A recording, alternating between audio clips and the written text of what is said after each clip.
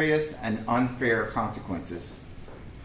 Even if our educators wanted to comply with this bad faith policy, TEA's overly broad language makes it nearly impossible to know what is and isn't acceptable. The only real criterion, if you can call it that, is whether Commissioner Morath personally finds a post reprehensible, putting his personal viewpoint bias front and center in his government job as head of our schools. To be clear, we are not talking about an educator walking into their classrooms and sharing their thoughts on the assassination with their students. The educators under investigation commented on the controversial nature of Charlie Kirk's previous statements on their personal, private social media and outside of their official capacity. The remarks that they're now being targeted for are constitutionally protected speech that has no bearing on an educator's ability to perform their job duties and did not impact their work environments. The only thing that has actually disrupted their work environments or disrupted their classrooms has been the TEA investigations themselves and the online smear campaigns, many which were spearheaded by elected officials in our own state that were elected to stand up for the rights of all Texans, not just the ones that vote for them in their primaries. State leaders have decided to score a few cheap points, and it was worth the disciplinary actions and the doxing and the death threats targeted at Texas teachers. Meanwhile, educators and their families are afraid that they'll lose everything, their livelihoods, their reputations, and their very purpose for being, which is to actually impart critical thinking and look at every aspect of an issue, particularly one as salient as this issue was to our country. Things have gotten so bad for educators wrapped up in this that if you read the complaint, you'll notice that we've left the educators anonymous. Several of our members have already experienced an invasion of their privacy, and we don't want to expose them to additional personal risk. That's why you don't see an educator standing up here with us today. They're focused on their work in the classroom for starters, but some of them are also terrified, and obviously what we have proved to point out in court is that they have had their fundamental rights to political speech chilled by this government in the state of Texas. In closing, we filed this lawsuit because educators don't give up their constitutional rights when they take on their first teaching job. And we'll make that case and defend our members in court if that's what it takes. Now I'd like to turn it over to our national affiliate president, Randy Weingarten. Randy. Thank you, sir. So I'm here today. I'm not a Texan, as you all know. I'm a New Yorker. I'm here today to support our members, to support our colleagues in Texas AFT, to support ZEF, and to make sure that teachers around the country know we have their back. What we're doing here today, and I very proudly wear the American flag. I am a patriotic American. I believe in American values, and there is no more fundamental of fundamental rights in our Constitution than the right to express ourselves peacefully and nonviolently. Educators don't lose those rights, those fundamental rights, when they teach in classrooms. In fact, most educators go into teaching because they believe in America and America's fairness and America's goodness and America's democracy. And so educators that day, that heinous day that Kirk was assassinated, they were in their classrooms working like they do every day, devoting their lives to meet the needs of kids And what they needed from the superintendent was they needed advice and counsel about what you do when the entire world now sees an assassination in a completely age-inappropriate way on every social media channel there is. They needed their superintendent in the state to give some advice and some clarity on how we make kids feel safe the next day, how we help their parents, how we help each other, since it terrorized everyone. And instead, what happened was it got blame and shame and a star chamber. And so at the heart of this case, it is about Mr. Morath's actions and continued actions and the danger that it's doing to an environment of teaching and learning. Not just for the more than 300 people who have been investigated, but what it means in terms of how do you teach? How do you deal with issues that are tough, that are hard? And so let me be crystal clear.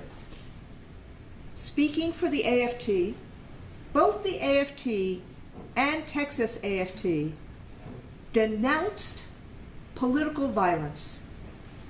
We abhor political violence. We denounced it within minutes. I denounced it within minutes of when I saw it. We denounced Charlie Kirk's assassination.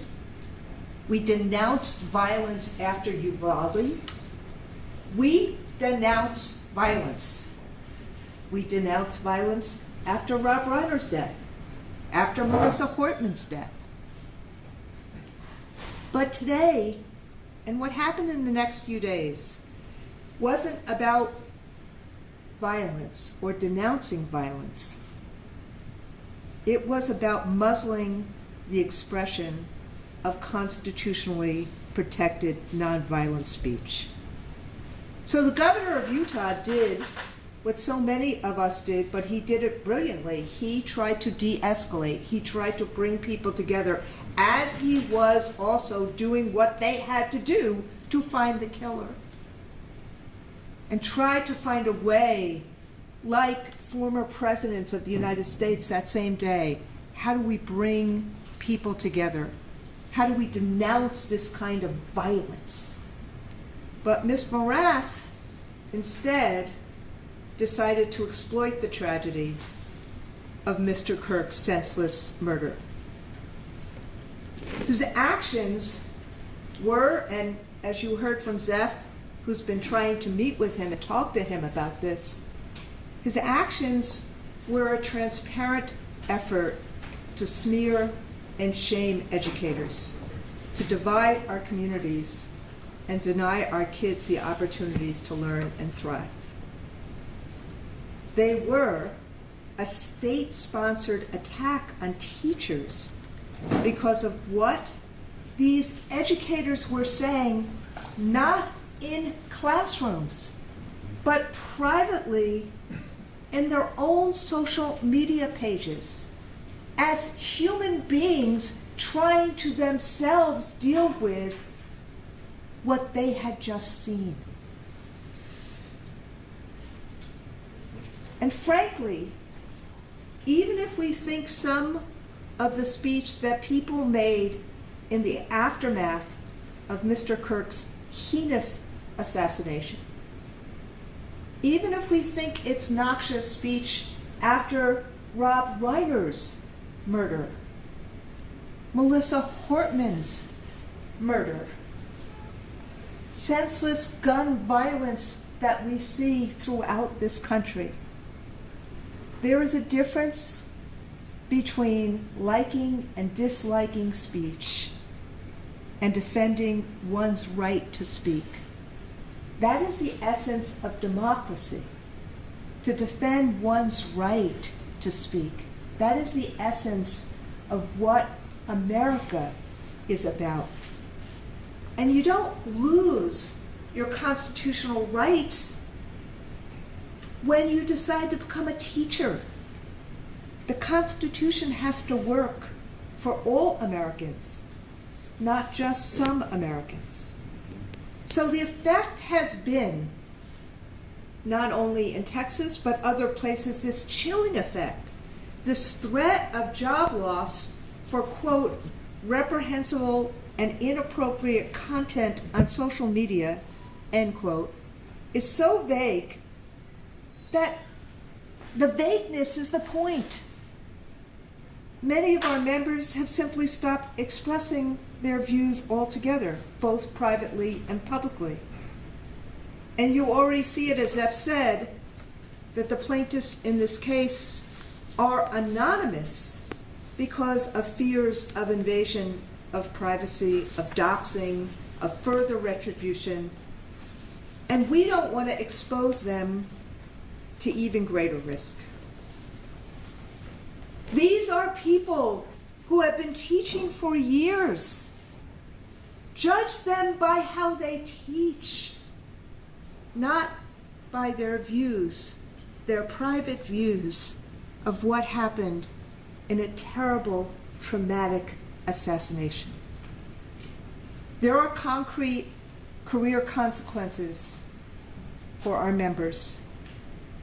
Mr. Marath's letter has been used to target, retaliate, and discipline Texas AFT members who simply expressed a viewpoint that Mr. Marath disagrees with.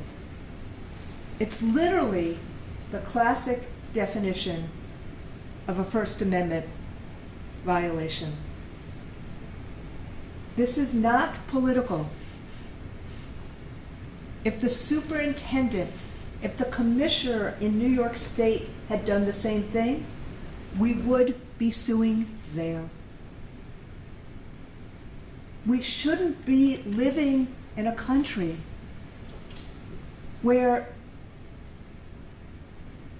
you lose your First Amendment rights, your constitutional rights, if you disagree with a governor, a president, or a mayor. All of us have to be better than that and have to understand we have to fight for each other's right of expression. That's what we're trying to do here. So the complaint spells out how some of our members have faced serious consequences, from written reprimands to investigations to full termination, all of which having nothing to do with their actual job performance and having nothing to do with impacting any of their work environments. So that's why we're here. We asked Mr. Marath, as Zeph just did, to work this out with us, because we need to help teachers teach. Don't make their job harder. Their jobs are hard enough. Private time is private. And it doesn't matter, as I said before, whether the speech is left or right. Educators can't lose the right to express themselves as citizens, as Americans, because they do the work that helps make every other profession. Teachers' right to free expression and their job to educate our kids and exercise their judgment, these should not be in conflict. We need to have the same rights, school teachers, as every other American, and that's why we're in court today. Thank you. Thank you, Randy. And in closing, before we move to questions, none of this happens in a vacuum. It all happens in context. And I just want to remind everyone here today, something that not one of our educators, and I would dare say our parents and most of our students, forget every single day that they walk into a school in the state of Texas. They walk into a school in the state that has the most instances of gun violence in our country. And if you do not think that that has a direct impact on the social, on the emotional well-being of everybody in that classroom and not just the teacher, then we have a priority issue that we need to discuss in the state of Texas. All of this time, all of this energy could have been focused on making everyone safer rather than cheap political points that do nothing but make our entire environments worse. That's what educators were thinking about when this happened. And it's what they think about, it's what they thought about when Uvalde happened, it's what they thought about when Santa Fe happened, it's what they thought about when South Dallas happened. And I'm deeply concerned of what they're going to be thinking about and what is going to be the recourse to even feel like they have a voice in what happens to them every day the next time it happens in one of our schools in the state of Texas. Because we've chosen to do no more today than we did after Uvalde, no more today than we did after Santa Fe. Thank you. We'll open it up to questions. I wanted to make sure everybody knows as well too, you should have received a stamped copy of the full media release in the media, the full lawsuit in the media release that was released. So we'll take questions from the court. Hi, I'm Charlie with KVUE. I have a question. How does Texas compare, the way that they've handled this, how do they compare to other states? So, there's two states, there's only two states actually, where state superintendent went out immediately and sent a memo that essentially said, we welcome complaints of reprehensible conduct so that we can fire teachers. I'm paraphrasing. And those states were Florida and Texas. Every other state, and we were in touch with leaders for the next several days because everybody wanted advice about what to do.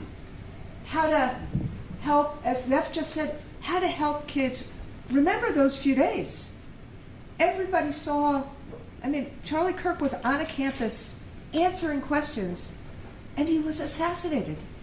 Just think about what happened, those people who remember what happened when JFK was assassinated. People remember it was etched. And lots of teachers and lots of parents were trying to figure out, how do we support our kids? There were a lot of us that were doing things all over. I wrote a memo to the field that night about how to de-escalate. That's what superintendents should be doing. How do we de-escalate?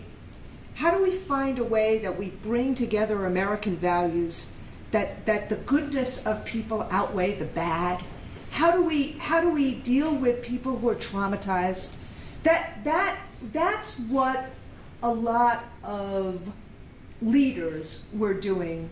That not all, as we know, but I don't really want to get political.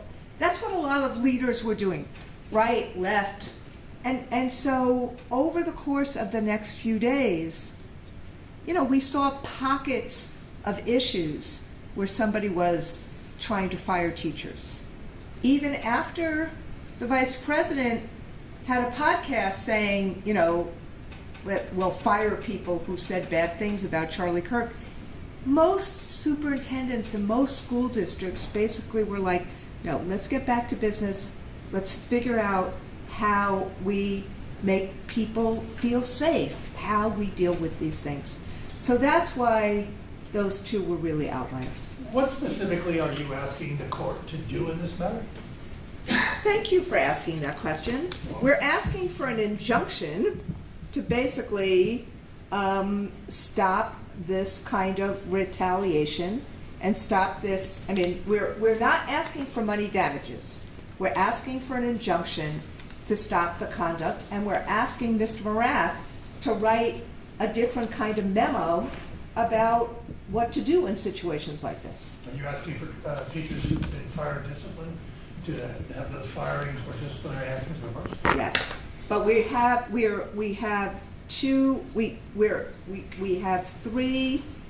four people that we have specifically talked about in the complaint. And those four people, we're asking for their specific discipline to be reversed.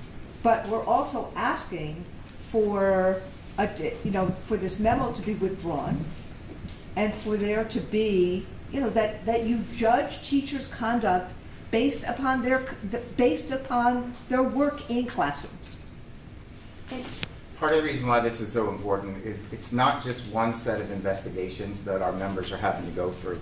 Their employers at the school district level are conducting their own individual investigations, and there's a level of uncertainty. Even if you were cleared at the school district level, there's a level of uncertainty as to whether you're going to be able to maintain a job based on what the state is doing, because what the state holds power over is their certification. And if their certification is impacted via suspension or revocation, then they're automatically losing their job, regardless of what their own district found at their own level.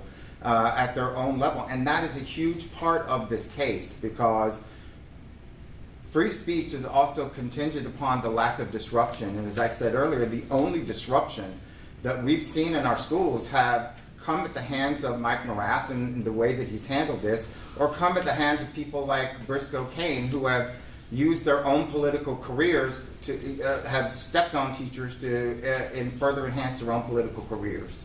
That's part of why we're asking that anything that comes out in an injunction, for anything that comes out of these investigations, to not be able to be used, because the state has the authority to send that information over to the State Board of Educator Certification, where they can then take action, reopening this entire saga for people who thought they had this closed months ago. So the specifics, if you want, are that we're asking the court to stop the commissioner from enforcing the policy, asking the court to have the commissioner retract the policy and end all related investigations. And we're also asking for a new letter to superintendents clarifying that the TEA does not mandate such actions. Sorry. What's happening to educators who are still under investigation right now? So that depends. Primarily right now, it depends on what's happening at their local level with their districts. Some of them have been returned to classrooms. Some of them are still waiting in temporary reassignments until their investigations are clear. Some of them have been provided reprimands that say you violated our policy, even though that they were on their own private page, on their own private time, but they've been put back to work at that level. They're not necessarily done, however, because as we heard the commissioner talk about, the 350 cases that were turned in as complaints has been sifted down to roughly half of them that they're doing further investigation on. Those are the ones that we're unsure about, because an ongoing investigation is not going to get reported out to all of us in the way that it should. So that's why we're taking this action now before it gets to that place, now that we have factual evidence that these types of incidents are taking place with some educators across the state. We know that there are more out there, and we suspect after this press conference we'll probably be having more educators across the state asking to sign on and be part of this lawsuit. There are 4 of your members are in the lawsuit. Do you have an estimate of how many of your members are impacted either at the district level or by the state investigations? I mean, it's really hard to tell, because one, if nothing has been said to an individual, they don't want to speak up about it. The ones that have contacted us are in the tens, I would say anywhere between 50 and 100 individuals that have contacted us based on some level of engagement or involvement to either seek advice or seek support in how they're dealing with things at the school level. Despite what the commissioner's office did, probably at behest of the governor, most of the cases, many of those cases, did result in they're not finding that they did anything wrong, but to almost a T, every single one of them were told that they were required to report the incident to the Texas Education Agency. So many of them did get cleared at their local level, but they still have a level of uncertainty until the state cases are completely adjudicated or completely processed through. They don't know what could happen next. Litigation can sometimes take a long time, and the TEA has said that there are 95 complaints that remain open. If all of those complaints are clear, what does that do to your lawsuit? Do y'all still ask the state to reverse this policy? Yes, absolutely. One, because first of all, this shouldn't have happened this way, and I hope it's a lesson that every Texan leaves out of this, and particularly our government, that there's got to be a better way to address and deal with this issue than the way we dealt with it in the state of Texas. Two, we know that part of those 95 cases, people have already had actions taken against them. Being terminated, getting a letter of reprimand, that could then be the basis of further disciplinary action in the future. So what we would want to make sure is these individuals are held harmless. If there's something else that comes up in the future, this isn't used against them in some way unfairly, as a snowball, because that's what happens in school districts. Unfortunately, without a court order or without some official signed off piece of paper that says otherwise, every single thing that happens to our members in schools have the potential to come up 10, 15, 20 years later. And right now, you know that there's 95 cases left in the aftermath of us filing this lawsuit. Yeah. Before that, they would not even tell us what was left or not left. So the transparency is never there, which is part of the reason that we had to be, we were forced to file a lawsuit. Our state federation president has asked the commissioner several times to work things out on this, because teachers, to the point of the last questioners, teachers are scared. We need to respect teachers. They hold our future, and they're scared. Things happen every day in America. Their kids are asking them questions. That we're talking about private conduct. We're talking about what happened on their Facebook pages. We're not talking about what they did in classrooms.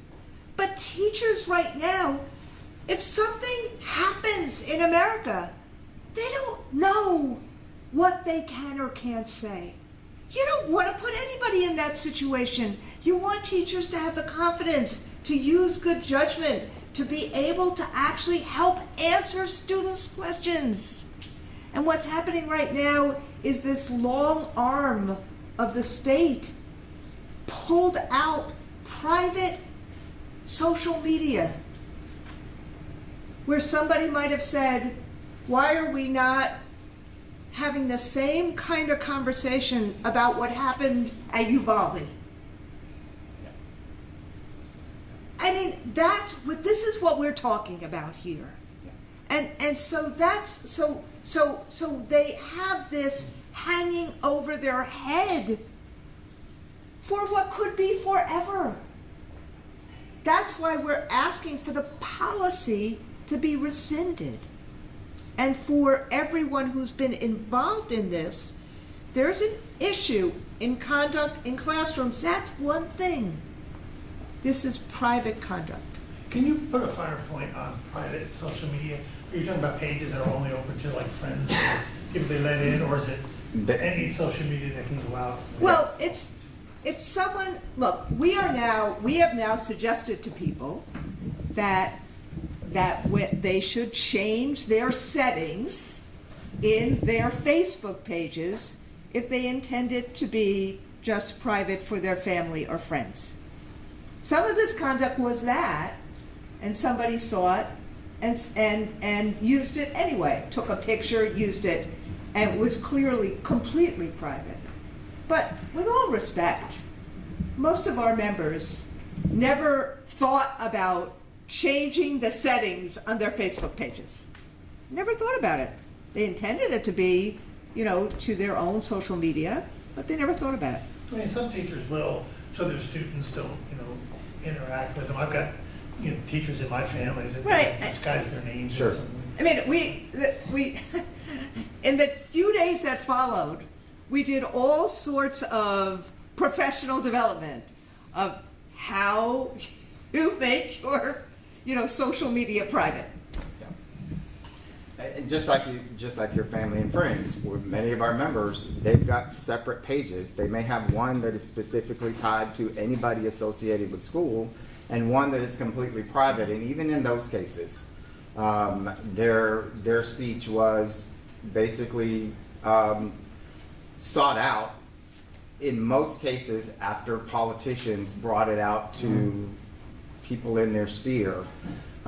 Where people were seeking out specifically anybody that they could associate with a school, with a fire department, with another public entity that said anything whatsoever to turn in. It was, in fact, a witch hunt in many cases. It was Do you have a problem weaponized. with, social media policies that a teacher or an educator might sign at the behest of their employer? Just, here are the guardrails, and if you go outside them, you're in trouble. There are different policies. School districts set those policies at the local level, and they are not necessarily uniform across the state. This is part of the problem, not just within our own profession, but frankly, with social media across the country. This is why this particular issue has been a topic in Congress in the United States on what are the responsibilities that social media providers have to kind of control this issue. It's going to be another set of free speech issues that we'll let somebody else litigate for sure. But right now we've got to get a handle on what's happening directly in our profession, because we've talked about or been talking about today the consequences for the potentially 95 individuals that are still open cases on. We haven't even gotten to the overall impact this is going to have on the academic environment in our world and in our profession. I can tell you right now, it's not just the 95, it's the 9,500 others that are in schools right now thinking twice about what they say when any type of current event happens in their classroom. How do they respond? Because of the lack of support, because of the lack of guidance and direction from the head of our agency, they're each one individually or with their school districts trying to figure out how to move forward with this. And the answer, just like when we don't have a superintendent in charge or somewhere else, is paralysis. People do nothing. They say nothing. So kids are not getting the critical thinking that they should be getting in many of these cases across classrooms, because we have allowed a vacuum to happen, and we've allowed terrible, I hope unintended, but definitively terrible consequences to happen to people for simply speaking out, as any one of the rest of us should have had the right to do. Last question and any closing. Let me just say, we have a case in New Hampshire that's on exactly the issue that Zeph just said, which we have won. It's now on appeal.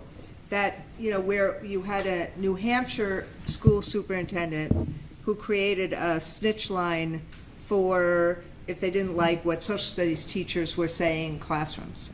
And the court struck it down, saying that the state standards say you have to teach all aspects of an issue. You have to help kids learn critical thinking. Sorry, I'm putting my social studies teacher hat on. And yet, the divisive concept law that was passed was in direct conflict, that basically said you can't teach divisive conflicts. You can't teach divisive topics. So literally everything in current events and social studies these days is divisive. And so it left teachers saying, we have no idea what to do. We have to teach critical thinking. We have to get kids to understand how to understand a topic, how to look at it from various different angles.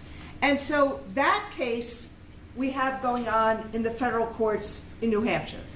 That's different than this case. This case is about I want to be really clear. We're not talking about, we would like to talk about it, but we're not talking about in this case what happened in classrooms. We're talking about school teachers when they were not in classrooms, in private, on their own social media, commenting on a matter that everyone in the country and the world saw, and they don't lose their rights to do that because they teach. Real quickly, I'm curious, and y'all's lawsuit talks about how there hasn't been similar state policy for other kind of major events, like in Minnesota, the Democratic lawmakers there, or other situations. I'm curious in y'all's kind of digging for this particular lawsuit, did y'all run into any instances where maybe districts didn't act as punitively for maybe similar situations? Hopefully the question makes sense, like where they acted, differently or treated those situations differently maybe than they have in this particular instance. I can only speak from what we've seen so far in coming through this in our particular state. I think, frankly, most of the districts we've seen have responded to what they feel like or felt like they've been required to respond to by the state. So whether it was after the death of Rob Reiner, whether it was after the death of the politicians in Minnesota, we saw no district across the state of Texas take any action whatsoever, saw no one policing anyone's social media. So they haven't, to my knowledge, compared it in the way that we're probably comparing it, because they haven't been required to by the state, because the state has chosen, the state has chosen to put their viewpoint bias in one direction only. And most, what we saw from many of these superintendents in these school districts is just, I guess, probably like many teachers, is they're compliant and they're going to be compliant. And that is why we're forced into the situation of having to have this issue adjudicated in federal courts. I've seen nothing personally.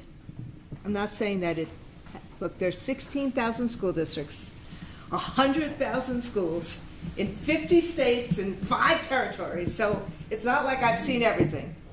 I've never seen what the Commissioner of Education in Florida or in Texas did in the aftermath of Kirk's assassination. I've never seen something in modernity. Mm-hmm. It looks like what happened in the 1950s, in the McCarthy era, but I've never seen anything in modernity be something like this, where somebody said, look for, find, if somebody said something you don't like about Charlie Kirk, report them so we can fire them. Essentially, that's what they said. Thank you Thank you very much.